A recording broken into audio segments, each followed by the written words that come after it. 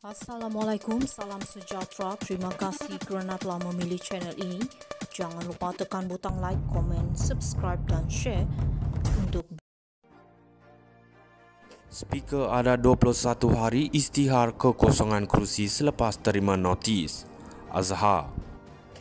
Kuala Lumpur, Speaker Dewan Rakyat mempunyai 21 hari untuk memastikan berlakunya kekosongan kerusi luar jangka terhadap 6 ahli parlimen bersatu yang menyokong pentadbiran Perdana Menteri. Menurut bekas Speaker Dewan Rakyat Tan Sri Azhar Azizan Harun, tempoh 21 hari itu bermula apabila Speaker menerima notis berhubung pengguguran keahlian parti terhadap mana-mana ahli parlimen. Peranan Speaker di dalam Akta Anti Lompat Parti ini bermula apabila notis diberikan kepada beliau akan kekosongan seseorang ahli parlimen dan sebelum notis diserahkan, beliau tidak mempunyai peranan langsung. Kita perlu lihat perkara 49A, Perlembagaan Persekutuan Perenggan 3 yang menyatakan dalam masa 21 hari apabila notis itu diterima yang dipertua hendaklah memastikan bahawa berlakunya kekosongan luar jangka. Itu adalah fungsi dan tugas beliau apabila mendapat notis serta memberitahu Suruhanjaya Pilihan Raya SPR dari tarikh beliau menerima notis tersebut, kata Azhar. Beliau berkata demikian dalam podcast program bersama WSWJ yang dihoskan ahli Parlimen Tasik Glugur, Datuk Wan Saiful Wan Jan, yang disiarkan di laman YouTube pada Ahad.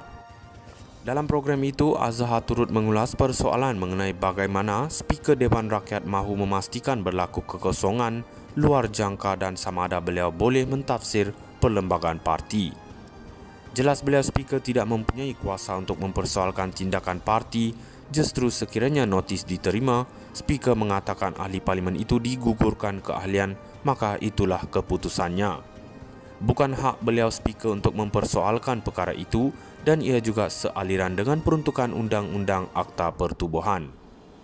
Terdapat satu seksyen bahawa tafsiran yang diambil Majlis Kerja Tertinggi MKT sesebuah parti mengenai peruntukan perlembagaannya adalah muktamad dan tidak boleh dipersoal di mahkamah pun. Jika sebegitu di mahkamah, saya rasa keadaan yang sama juga sepatutnya menjadi sedemikian di hadapan Speaker.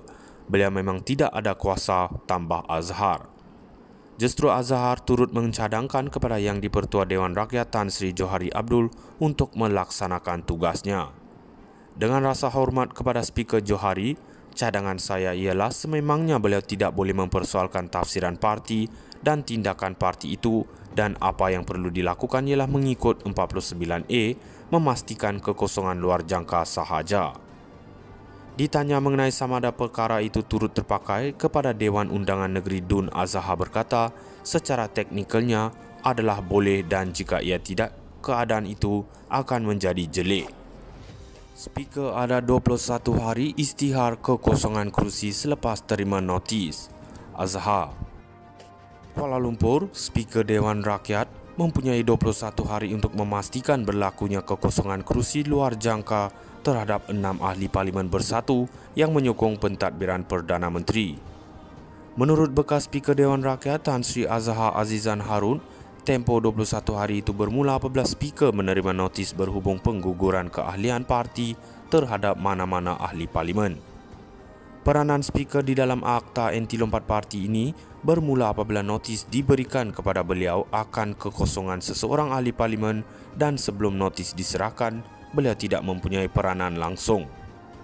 Kita perlu lihat perkara 49A, Perlembagaan Persekutuan Perenggan 3 yang menyatakan dalam masa 21 hari apabila notis itu diterima yang dipertua hendaklah memastikan bahawa berlakunya kekosongan luar jangka. Itu adalah fungsi dan tugas beliau apabila mendapat notis serta memberitahu Suruhanjaya Pilihan Raya SPR dari tarikh beliau menerima notis tersebut, kata Azhar. Beliau berkata demikian dalam podcast program bersama WSWJ yang dihoskan ahli Parlimen Tasik Glugur, Datuk Wan Saiful Wan Jan, yang disiarkan di laman YouTube pada Ahad. Dalam program itu, Azhar turut mengulas persoalan mengenai bagaimana Speaker Dewan Rakyat mahu memastikan berlaku kekosongan luar jangka dan sama ada beliau boleh mentafsir perlembagaan parti. Jelas beliau Speaker tidak mempunyai kuasa untuk mempersoalkan tindakan parti, justru sekiranya notis diterima,